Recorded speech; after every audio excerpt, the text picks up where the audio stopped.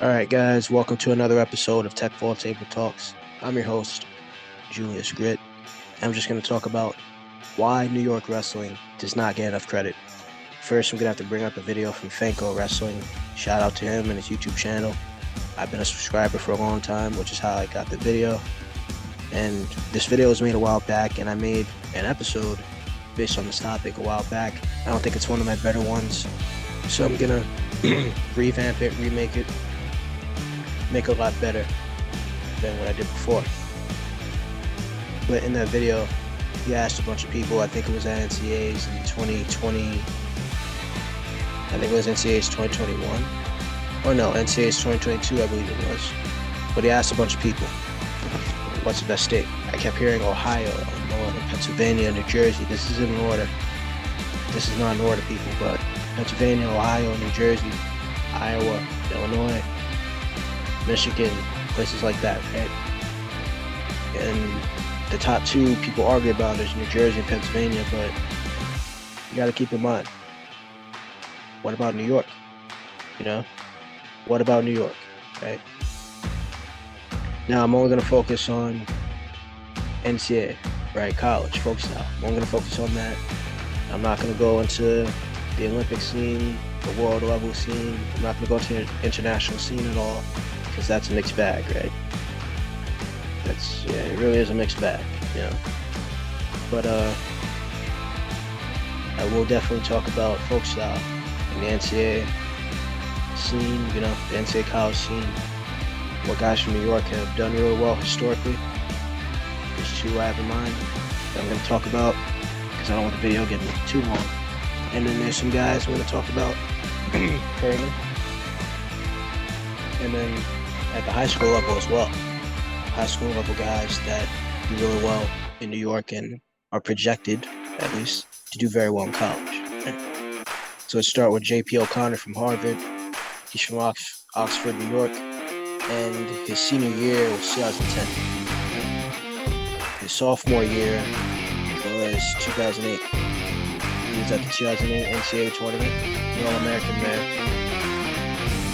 He was a part of the 149-pound bracket, the famous one that Flo made a documentary on. He wound up placing there. He was hurt. He still wound up placing, which is great. 2009, he failed to place. But in 2010, his senior year, he was an undefeated national champion from Harvard University, the only undefeated NCAA champ from Harvard University. Very big deal. The greatest wrestler in Harvard history. You could say that. And that same year, a phenom, someone made waves, someone broke through that would eventually become a phenom in college wrestling. And that is another fellow New Yorker, Kyle Dake. Now, before I continue on, if you guys couldn't tell by the hat that I'm wearing, okay, or if some of you know me, or if you're picking up on my accent the way I say New York, you know, New York, right? Coffee, pizza, right? I'm from New York. Yeah. So those of you that don't know me, I'm from New York. I live in New York. I wrestle in New York. Yeah. Well, in high school, I wrestled in New York. Yeah. But yeah. So I'm gonna go for my home state, but you know, this whole video is about giving reasons why, not just having personal bias because I'm from New York. Yeah. There's a lot of that video I saw from Franco. Some of the guys said certain states, and it's like, okay, yeah, you got some good guys from plenty of those states. Yeah, there's always going to be some credibility, but you know, a lot of it was just, it seemed based on the way they were talking, a lot of it was just personal bias and the fact that I'm from the state, so I'm going to say my state's the best, right? Now, you could, people watching this video, you could easily say, okay, Julius is saying the same thing. No, I'm not, because I'm not saying New York is the best state. I'm not saying that. I'm saying that we do not get enough credit for how good we actually are as a state, the athletes we produced in wrestling. You know, it's all about New Jersey, Pennsylvania, Michigan, right? Ohio. we got California, but we got some good guys. We got some very good guys from the past. And I'm only talking about folks out, right? Because Kyle Dake, he just won a world title today. As I'm recording this, it's September 16th. So maybe you guys are watching this after, but right now, as I'm talking, it's September 16th. Kyle Dake is on his way to winning a 4th world title. So maybe by the time you're watching this, he already won it. But he's a 3-time world champ, took 3rd at the Olympics, right? That's what he's done after college. But I'm talking about college only, right? Folks out home. But we got some really good guys. We're gonna get into this, So Kyle Dake, he's also a 4-time Division I national champ, right? Not a lot of those. There's not a lot. And to compare him to Cael Sanderson, people say Cael Sanderson's the greatest NCAA wrestler of all time, right? Because he won 4 Division I national championships with Iowa State. But he was undefeated when he did that. 159-0. Okay. That's phenomenal. It won't ever be reached ever again because, to be honest, who in the modern era is as good as Cael Sanderson was back then? The late 90s and early 2000s, that was Cael Sanderson's era. I don't know anybody that's, Kyle Dake might be the closest. Maybe if you take Kyle Dake and put him in the early 90s, in the late 90s and early 2000s, put him in that era, does he do what Cael did? Who knows? And they were 2 different weights anyways. The difference in weight classes, because Kyle Dake never got up to 184. That's pretty much, he never got that big, right? I think his heaviest was when he did in 2010. It was because Kyle won at 141, 49, 157, and 165. Kyle didn't reach the higher weights that Cael Sanderson reached, so it might be a difference in pace there, right? There's different things. Those of you that know about wrestling, the difference between 2 weight classes isn't just the number on the scale. The difference between 2 weight classes could be a lot of different things, a lot of different things. There's been guys that they go one weight and they dominate and they do phenomenal, and then they change weight classes, they go lower or they go higher, and things don't go too well. And then it's the opposite. Guys aren't doing too well at a weight. There's one guy they can't beat. They change weight classes and then they dominate, It's wrestling, right? I'm not giving bad advice. I'm not saying change weight classes to avoid people or something like that. No, just work hard and get better. But we've seen it happen plenty of times. Changing weights, it might seem simple to the outsiders, but we know it's a big deal. So, Kyle Dake, he did it 4 different weight classes. Cael Sanderson did it, I think, at a couple weight classes. But, whether Cael did it at a couple or just 1 weight class, the bottom line is Cael Sanderson's a 4-time Division I national champ, undefeated. Kyle Dake's a 4-time Division I national champ. He was not undefeated any of those. Well, I don't know about any of those seasons, but maybe senior year he may have been undefeated, but he wasn't undefeated the whole time he was in college. He definitely wasn't. But whenever he got to NCAAs, something clicked to where he knew he wasn't losing. He just knew he wasn't losing, and he didn't. So to compare them, Cael Sanderson did what he did, but Kyle Dake, 4 different weight classes. 4 different weight classes. It didn't matter what weight Kyle Dake went, he was going to win a national title. That's insane. I'd say that's just as impressive, if not more impressive than what Cael Sanderson did, because yes, nobody beat him. Nobody beat him at all. But I guess by his junior year, people probably thought, dang, it doesn't matter what weight this guy goes, he's going to win a national title. It didn't matter what weight Kyle Dake went. 141, 149, 157, 165. It didn't matter what weight he went. He was going to win a national title. there's a small number of four-time national champions in any division in wrestling, college wrestling. But only two of them did something unprecedented. And, you could say it's apples and oranges, right? Because Cael Sanderson has the undefeated streak that has never been broken. If there are any pro wrestling fans out there, you might say Cael Sanderson,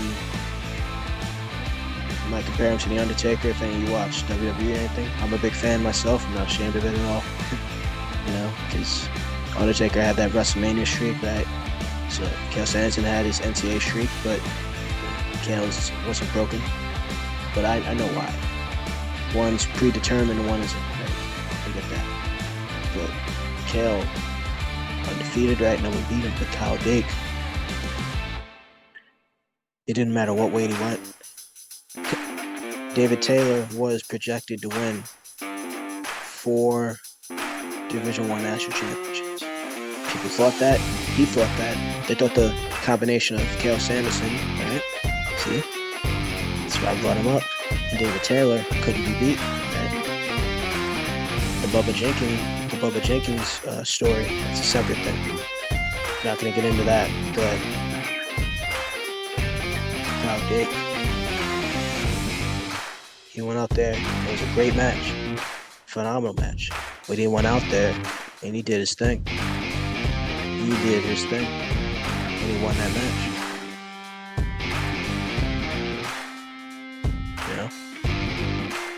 He did his thing. And with all due respect to David Taylor, Olympic gold medalist, multiple-time world champ, he just won a world title today, another world title today. Today, as I'm recording, it's September 16th. So you might be watching this later on, but David Taylor just won another world title, as everybody knows. So, and Kyle Dake and David Taylor, they're great friends. They had the My Best Rival film. But as you saw in that film, they're really good friends. But, Kyle Dake, man, he beat the guy that wasn't supposed to be beat. And he went out there and did it. And where's Kyle Dake from, guys? He's from New York. So for a time, you had JP O'Connor and Kyle Dake, both New York guys, at the top of the game. Well, Kyle Dake was a freshman, but they were both at the top of the game, really. And Kyle Dake remained at the top of his game his whole college career. He had to make adjustments going into the international scene, as everyone does. But Kyle Dake, man, is at the college level. Nobody stopped him. When he got to NCAAs, nobody stopped him. And it didn't matter what weight he went. That's phenomenal. Now we can go on to a lot of people's favorite. He is a fan favorite. Yianni Diakomihalis. He's a fan favorite. People from all around the country love this guy. I met him a couple of times, but I don't know him personally. I met him a few times, but he's a great guy in general. But also, man, this guy, man, Yianni, he's just great. Just the way he wrestles, he's just great. So he went to Hilton High School in Rochester, New York. That's way upstate, close to Niagara Falls. It's past Buffalo. It's in the western New York area. Those of you that know me personally, I was up in college there for a while, wrestling there for a while. And if you know me really well, you know I haven't had the best things to say about Western New York. If you've listened to the show before I put it on YouTube, there was a time that I didn't have anything good to say about Western New York, but I got some friends up there. It's not all bad. And Yianni is a real good guy, honestly. He's a really, really cool guy. He's a fan favorite. He's a phenomenal wrestler. And he wrestled at Hilton High School. And So, like I said, I might have said this prior. I don't think I did, but I'll say it right now. So, J.P. O'Connor was a 4-time New York State champion in high school. At the time, there were only 3. Yanni was a 4-time New York State champion as well. But at the time he did that number went up to 7. So, Yanni, as it stands right now, is one of 7 4-time New York State champions. The fact that there's only 7 should give you guys an indication of how hard New York is. And Yanni, man, he closed his high school career on a 210 match win streak. A state record. 210. So Kel Sanderson, 159-0, college, Division I, highest level. So, okay, that's a different level. But for high school, 210. 210. All right, 210. And look, when you're upstate, when you're in Long Island, I'm sorry, my fellow Gotham City guys, but New York City, look, if you have a high win streak in New York City, we know that. We got to be real with ourselves. But for upstate, for Long Island, it's from Section 5, one of the tougher states upstate. But if you're competing with guys upstate and on Long Island, and you have that high of a win streak, you're special. You're very, very special in a good way. And you're just a phenomenal, you're a special kind of wrestler. That's what Yanni is. And he also helped his team to 4 New York State titles as a team. And he was a captain 5 times. This is all high school, before Cornell. Yeah. And he's done, he had a pair of cadet world championships. Right? And he's and I know I wasn't gonna I said I wasn't gonna talk too much about folk freestyle, but just had to mention that.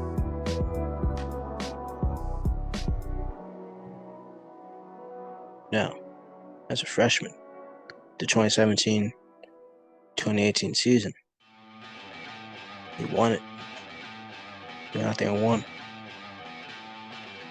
37-1 rookie season. He almost went undefeated. He got beat one time, okay. Wasn't a big deal. But freshman, rookie, 2018 NCAA Championships, he wins 37-1. 37-1 season. He goes in the NCAAs and wins it. 37-1 at the highest level. And something about that freshman year, Yanni Diakomihalis tore, I think it was ACL.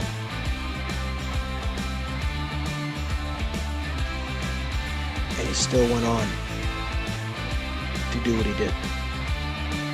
And he wrestled in a way that you wouldn't have even noticed. He didn't say a word about it. People found out, but he didn't really say too much about it. But he went in there. He did his thing. Didn't matter.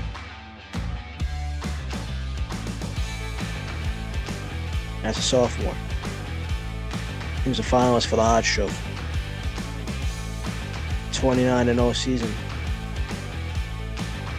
Wins the NCAAs. He wins it. 29-0 season. Wins NCAAs. Finalist for the Hodge.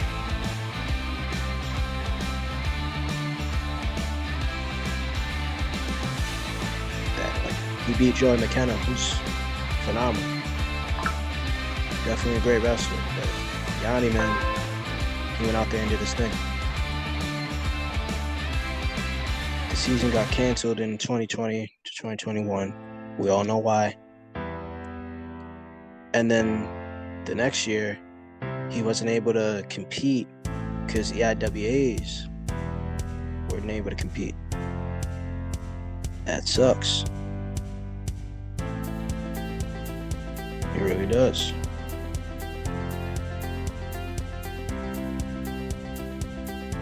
It just sucks. Because it would have been a whole different thing if he was able to. Yeah, it would have been a whole different thing. But in 2022, this past season, 149 pounds. What does he do? He wins it again. Detroit. He wins. Because the 2019-2020 season was canceled. We all know why. But the 2021-2022 season, wrestling came back. And we just look at who he beat. He beat Stanford's Jaden Abbas at 149 pounds. Another undefeated season, 28-0. So Yanni, technically in back-to-back seasons,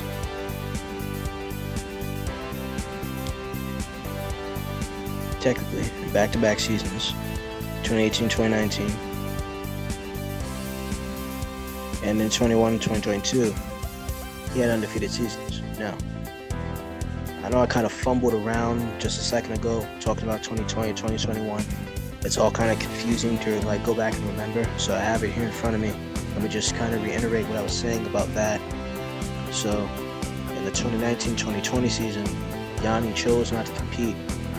He took an Olympic redshirt year. He decided to do that way before anybody knew that the world was going to change the way it did.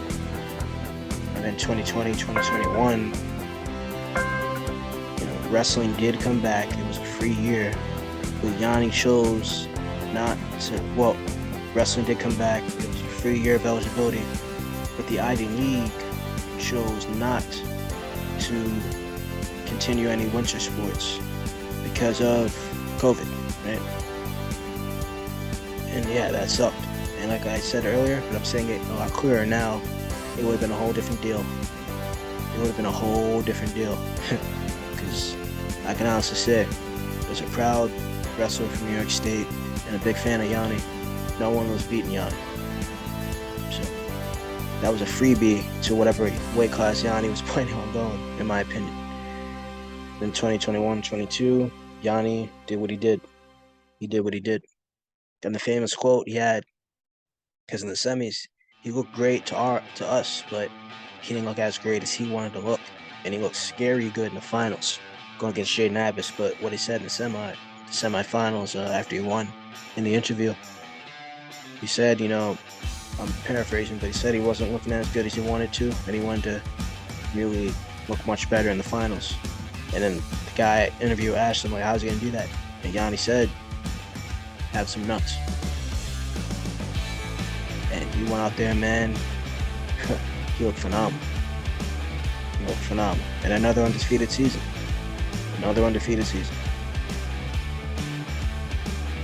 So that's kind of current, right? Now I'm going to go to high school.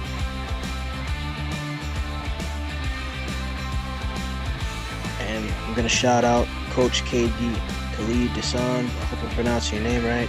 The KD Training Center. They have produced some very, very high-level wrestlers from New York. They're located in Yonkers. And they also got some wrestlers from other states as well. And the first one I'm going to talk about is from Pennsylvania. I'm going to talk about Rocco Welsh. So, I talk a bit with Rocco here and there. Right. I could say we kind of become friends a little bit. Never met him in person, even though when he's training at the KD Training Center, I don't know if I mentioned, but I live in the Bronx. So I'm a hop, skip, and a jump away from Yonkers. If I throw a rock as hard as I can, it'll land in Yonkers. So I can definitely get over there. But I just never went over there before. But Rocco Welsh, man, big deal.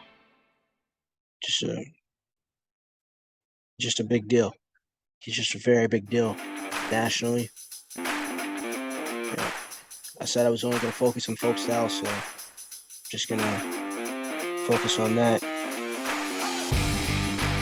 He's insane. He's insane. In June 30th, 2021, he was ranked 8th in the nation. He just recently won Who's Number One this year. I think it was like a week ago, or it would have been more than a week ago. He wrestles at Waynesburg High School in PA. Well, he wrestled at Waynesburg High School in PA. He committed to Ohio State. He's just phenomenal. I'm trying to look up how many state championships he has.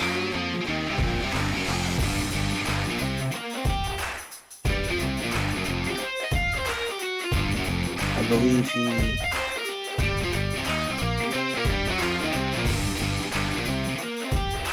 was a two-time finalist. I know of the recent state title that he won this past season. I know of that one. I don't know if he has more than this one. I'll try to get him on the show so he could talk more about it, because the wrestlers with a lot of articles and stats, you kind of have to find the right one. I'm finding a bunch here. That's why I'm looking at my phone right now. It's a two-time Super 32 finalist. And he won Super 32 the last time he was there. This past Super 32 that happened, he won it. Super 32 champ, Pennsylvania State champ, against PIAA. He's one of the best in the country. Well, he is the best in the country at his weight now. I remember Who's Number One last year. He wasn't able to get the job done, but he got the job done this time. He's a great guy. He works extremely hard. I talk to him here and there. I'd love to meet him in person, get to scrap with him if that's possible. He's a lot bigger than me, but but he's a great wrestler, and you see the work he puts in to become a great wrestler, right? He's a God-fearing kid, so that's good. It's really good. But all those things, right? But guess what? Guess where he trains at mostly? In New York. He trains in New York mostly. He mostly trains in New York. Obviously, during the team season, where is he going to be, right? At his school. But the club that he's affiliated with, like every great wrestler comes from a club, right? The great club he's affiliated with, the KD Training Center in Yonkers, New York. So this stud from Pennsylvania, the best in the country. I'll mention freestyle real quick. He won a junior world title just recently. The best in the country, one of the best in the world at his weight. He's from Pennsylvania. He resides in Pennsylvania. The teams he's wrestled on in high school, represented Pennsylvania. But where does he train at mostly? New York. Now, I'm not knocking Pennsylvania. I'm not knocking anywhere else he might train at in Pennsylvania. I'm not doing that. What I'm saying is, him training in New York is a big part of why Rocco Welsh is so freaking phenomenal at what he does. Next, New York guy, PJ Duke. PJ Duke, Super 32 champion. 2022 New York State champ. He won Fargo, the 16U National Freestyle Championship. Another member of the KD Training Center. PJ Duke won the New York State title. He won one as a 7th grader.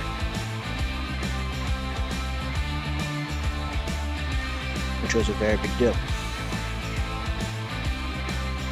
I'm not too sure about 8th grade, but this past year he just he's from Minnesota Valley, by the way, which is like Detroit transferred to Minnesota Valley, but I guess that's section 2, I guess. Near Albany, for those of you that are not from New York. If you've been to Albany is the capital of the state, right? So he won his state title, 138 pounds this past year, 2022. This past season, I mean. He's just another phenomenal wrestler. You know, just phenomenal. The technique that he has, the mat awareness, what he's able to do with the positioning and his hips, you know, similar to Kyle Dake. Kyle Dake has great hips, right? Just phenomenal. It's really, there's not much for me to say about these guys because they're just that dang good. Here's another one. Tyler Ferrara, phenomenal wrestler from Chenango Forks, Section 4. So that's like Binghamton, right? Near where Kyle Dake is from. He won a state title 2022, 2026. 2020, he was a state finalist. 2021, we didn't have a legit state tournament in Albany. For 2022, he won it. And his little brother, Ryan Ferrara, took second. It wouldn't be unfair, I think it's safe to say the fact that he wanted to show his brother what, state champ looks like. He wanted to be a good role model for his little brother. I think that was a motivating factor as well. But Tyler Ferrara is just insane. He's one of the best in the country. All-American at Virginia Beach. Last year, he's just insane. He's insane. The thing is his speed. He's just very fast. Small guy, 126 pounds. But he's just very fast. There's other guys in his weight that aren't that fast, which is why he beat everybody at states. But he's just so extremely fast. I think that's a big part of his wrestling. And that man, he's a beast. He's definitely a beast. And he trains at the KD Training Center. Again, another guy from the KD Training Center, right? Another New York hub producing great New York wrestlers. A New York hub producing a great Pennsylvania wrestler. Here's the last one we're going to talk about, the grand finale. Max Gallagher, from the best part of New York for wrestling, Long Island. There are some sections upstate that do well, that have done well, even going into college. You got some New York City guys that have done well at states. But it's mainly Long Island. Long Island is mainly the guys that do the best. They do. It's insane.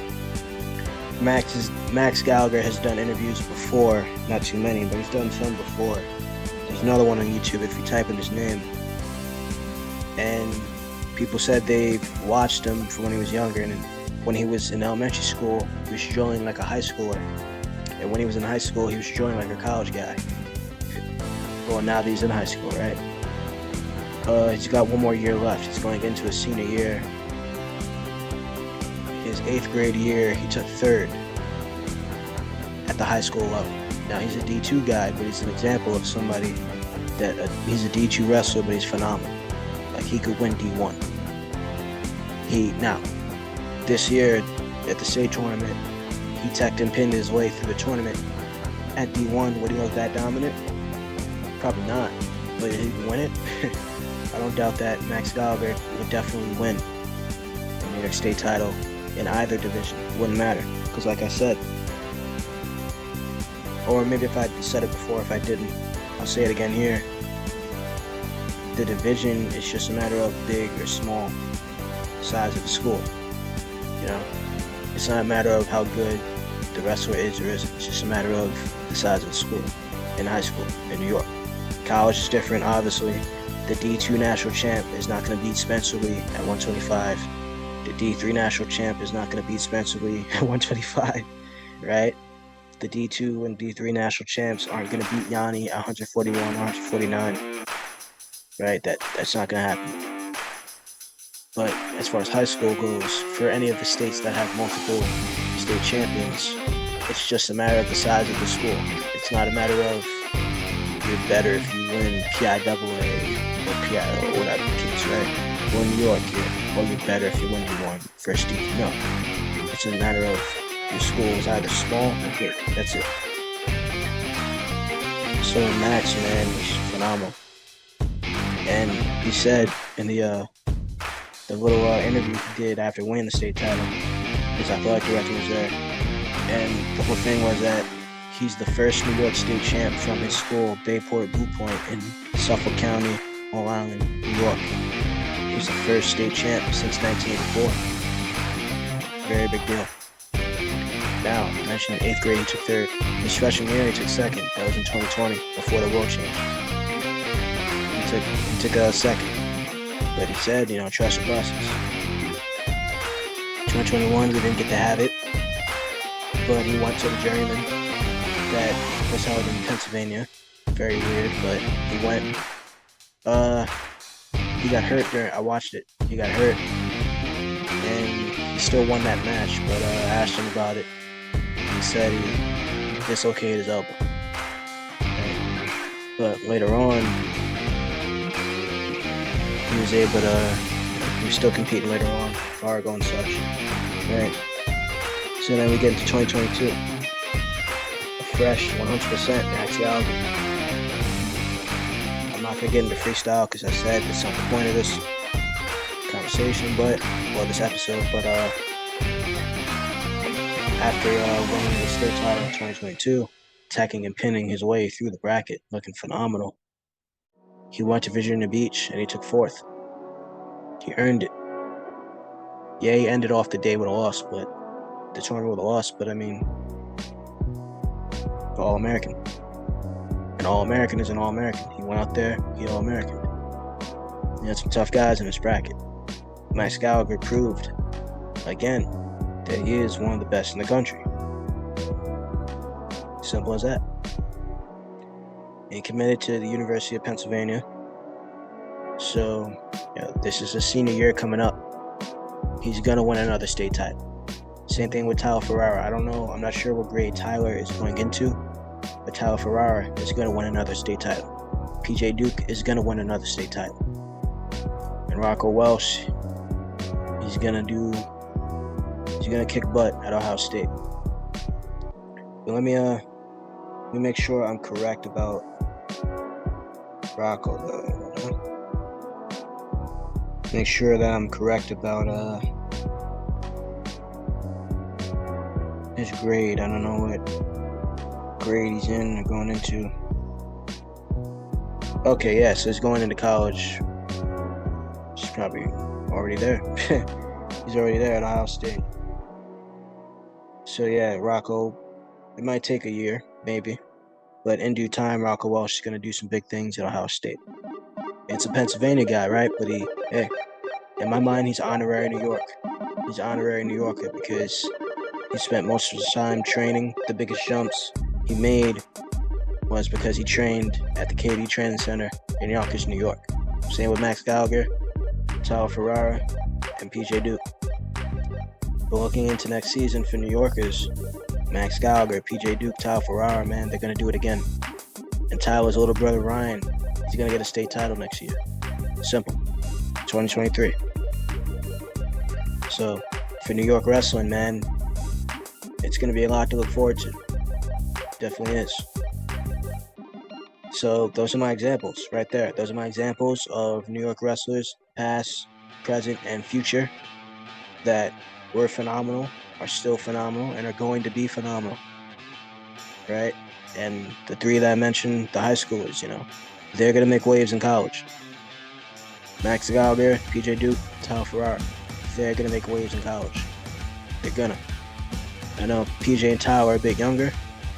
Max, he still has one more year in high school left. But when all three of these guys get to college, I know Max is going to UPenn, but the other two, Tyler and PJ, wherever they decide to go, they're going to make waves. And Rocco Welsh, one of the best in the entire country. Well, the number one guy in the country now. A lot of that came from Yonkers, New York. So, shout out to KD Training Center. Shout out to Rocco Welsh for driving from Lancaster, Pennsylvania, and I've seen him do it. Driving from Lancaster, Pennsylvania to Yonkers on a regular basis. That's something. Shout out to you just for making that trip on a regular basis. But and shout out to Max Gallagher and Tyler and PJ. Hey, it's gonna be big. But hey, these are my examples. These are my reasons why New York wrestling should definitely be a lot higher on the totem pole than we are in a lot of people's eyes. I'm not saying, we're the best, I'm not going to get into that fight. I'm not going to get into that argument. It's like an endless argument. It doesn't need to be happening, It doesn't need to happen. It's an endless argument, it's wrestling. What state has the best wrestlers? I mean, what are you looking at? Everybody's criteria is going to be different. So I'm not trying to say New York is the best. I'm not saying any state's really the best. That's not what I'm here to say. I'm just saying New York should definitely be on everybody's list, no matter how big the list is. New York should definitely be a lot higher on people's lists than a lot of people say. It shouldn't just be New Yorkers saying that New York wrestling is higher on the list. So those are a bunch of guys that from New York, or like Rocco, train in New York mostly, and make waves that stretch out a lot farther than New York. So those are my examples. So that's what I had to say about it. So thank you guys for listening to this episode, man. It's a remake of a previous one I did, so I'm a lot prouder of this one, a lot more proud of this one than the other one. And hey, I'm gonna get some more interviews in soon, so stay tuned for that. And hey, I might be able to get Rocco Welsh on here. Guys like that are busy, right? But I might be able to get him on here, so stay tuned for that. And I got some big guests coming up as well. Stay tuned for that. All in all, have a safe night, and enjoy the next week that's coming up. See you guys soon.